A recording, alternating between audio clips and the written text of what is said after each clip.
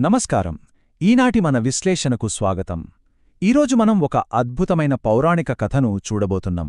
అదేమిటంటే, సర్వవిఘ్నాలను తొలగించే సాక్షాత్తు ఆ మహాగణపతికి ఒక చిన్న ఎలుక వాహనంగా ఎలా మారింది? అసలు ఈ అసాధారణ కలయిక వెనుక ఉన్న ఆసక్తికరమైన కథ ఏంటి అనేది ఈరోజు మనం తెలుసుకుందాం. ఒకసారి ఆలోచించండి. అంత భారీ దేహంతో ఏనుగు శిరస్సుతో ఉండే గణాధిపతి కేవలం ఒక చిన్న ఎలుకను తన వాహనంగా ఎలా చేసుకోగలడు? వినడానికి కొంచెం ఆశ్చర్యంగా, విరుద్ధంగా అనిపిస్తుంది కదూ? అసలీ అద్భుతమైన కథ వెనుక దాగిన ఆంతర్యమేమిటో ఇప్పుడు మనం విశ్లేషిద్దాం.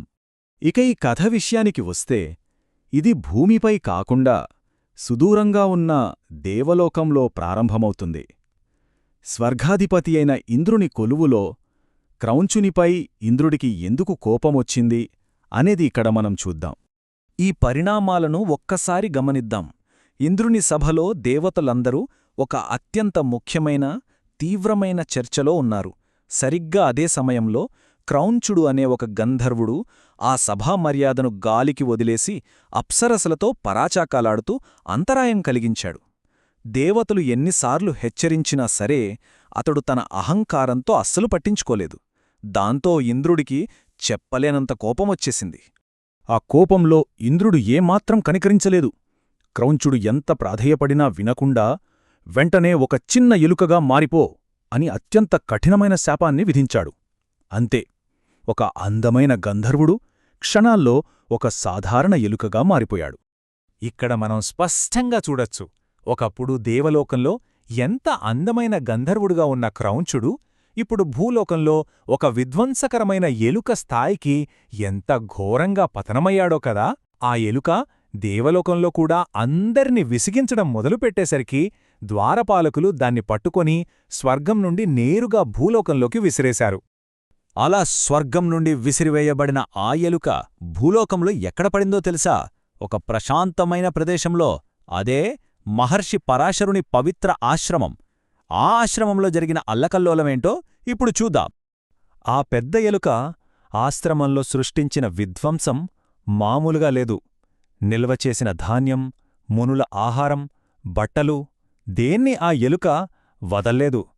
పవిత్రమైన యజ్ఞయాగాదులకు ఆటంకం కలిగించడమే కాకుండా అదృష్టవశాత్తు ఆ సమయంలో ఆశ్రమానికి విచ్చేసిన వినాయకుడి పవిత్ర వస్తులను సైతం ఆ ఎలుక నాశనం చేసింది. మొత్తం ఆశ్రమం అల్లకల్లోలమైపోయింది. ఇక ఈ ఎలుక ఆగడాలను ఆపడం ఆశ్రమవాసుల వల్ల కాలేదు. అప్పుడే దైవిక జోక్యం మొదలయింది. ఆ ఋషులందరూ తమను రక్షించమని ఆ ఆశ్రమానికి విచ్చేసి ఉన్న ఆ విఘ్నాధిపతి వినాయకుడినే వేడుకున్నారు. వాళ్ల దీనమైన ప్రార్థనలు విన్న వెంటనే వినాయకుడు తన ఆయుధమైన దైవిక పాశాణ్ణి ఆ ఎలుకపైకి విసిరాడు. ఆ పాశం నేరుగా వెళ్లి ఆ ఎలుక మెడకు చుట్టుకుని దాన్ని ఈడ్చుకుంటూ వచ్చి సాక్షాత్తు ఆ గణపతి పాదాల దగ్గర పడేసింది. చూశారా ఆ దైవిక జోక్యం ఎంత సునాయాసంగా జరిగిందో? అలా స్వామివారి పాదాల వద్ద పడిన ఆ ఎలుక ప్రాణభయంతో వణికిపోయింది. క్రౌంచుడికి తన తప్పు పూర్తిగా తెలిసి వచ్చింది. స్వామీ, దయచేసి నన్ను క్షమించండి.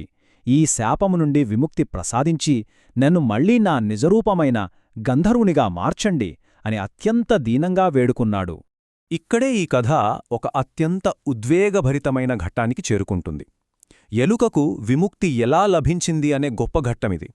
వినాయకుడికి ఆ ఎలుకపై నిజంగానే జాలి కలిగింది. కాని ఇక్కడొక సమస్య ఉంది. విశ్వనియమాల ప్రకారం ఇంద్రుడిచిన శాపాన్ని పూర్తిగా వెనక్కి తీసుకోలేము. అయితే ఒక దైవికమైన ప్రత్యామ్నాయాన్ని సృష్టించవచ్చు కదా. ఆ ప్రత్యామ్నాయం ఏంటో గణాధిపతి ఆలోచించాడు. ఆ గొప్పవారం లేదా దైవిక ఒప్పందం ఏమిటంటే, క్రౌంచుడు ఎలుక రూపంలోనే ఉంటాడు. కాని అప్పటివరకు కేవలం ఒక విధ్వంసకర జంతువుగా ఉన్న ఆ ఎలుక ఇప్పుడు ఏకంగా వినాయకుడి అధికారిక వాహనంగా అంటే మూషికంగా మారుతుంది.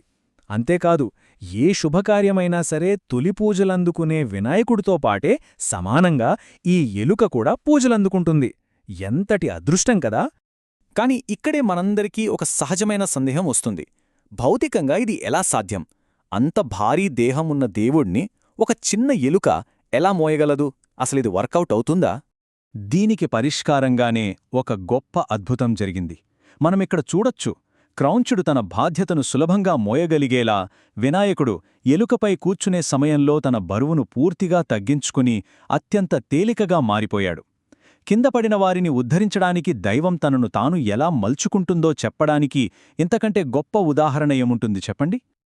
కాబట్టి ఈ కథలో మనం ప్రధానంగా గమనించాల్సిన పాఠమేమిటంటే నిజమైన జ్ఞానం, విముక్తి అనేవి వినయం ద్వారానే లభిస్తాయి. ఏ ప్రాణిని మనం తక్కువ అంచనా వేయకూడదు.